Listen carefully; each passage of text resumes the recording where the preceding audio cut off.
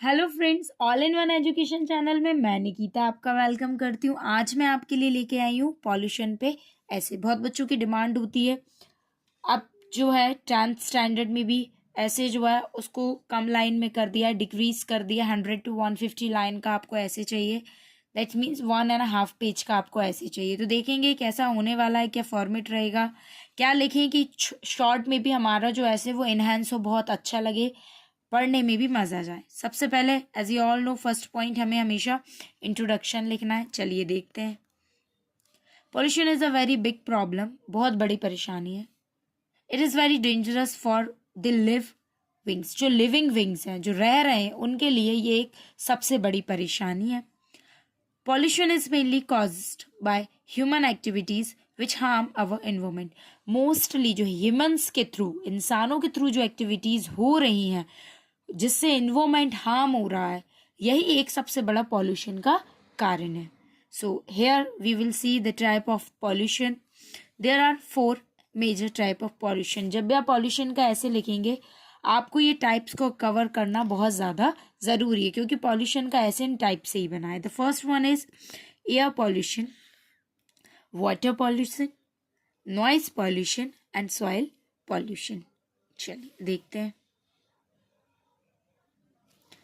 Let us discuss these type of pollution in details. Details में देखेंगे। Air pollution. Air pollution mainly caused by the smoke of industries, factories, motor, cars, smoking and burning waste. Industries से निकलने वाला धुआं, factories से निकलने वाले धुएं, कार से निकलने वाले ये सारे धुएं से एयर पॉल्यूशन होता है। Air pollution affect our health, हमारी हेल्थ को अफेक्ट करता है। It causes coughing, asthma and others to lung disease. Lungs वाली जो डिसीज है, अस्थमा जो बीमारी है, वो इससे हमें हो जाती है because of smoke. The next one is water pollution. The main cause of water pollution is industrial waste, garbage which include many poisonous chemicals going into the river and other type of urban wastes including single use of plastic thrown in the river. जो water pollution है, industries से, garbage से जो wastage निकल रहा है, जो river में जाकर मिल रहा है। पॉइजन्स केमिकल, जहरीले केमिकल्स जो होते हैं, जो नदी में जाकर मिल रहे हैं।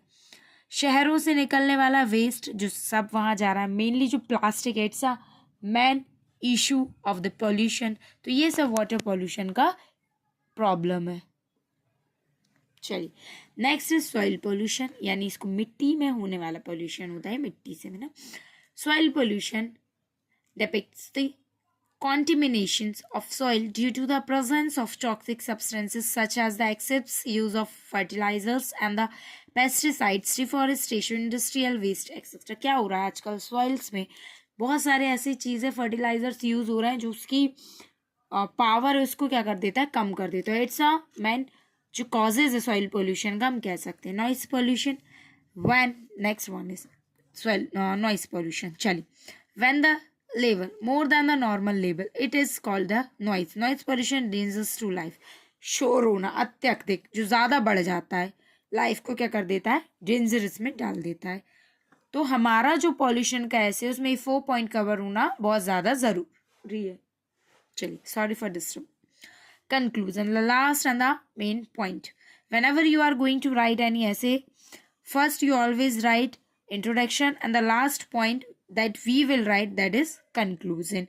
Without that 2 point our essay is incomplete. So please remind that thing कि first introduction होना चाहिए और last conclusion ही होना चाहिए. The pollution is one of the dangerous issue impact the entire world. बहुत बड़ी ये एक समस्या बन गई है. There is no denying the fact pollution disturb our balance in the environment. और हमारा जो environment का बैलेंस बिगड़ रहा है, उसका मेन जो एक कॉजेज है, जो कारण है, वो पॉल्यूशन ही है। अगर आपको किसी और टॉपिक पर ऐसे चाहिए तो please in comment let me know, मैं बिल्कुल आपको प्रोवाइड करूँगी in very easy language. Thank you for watching.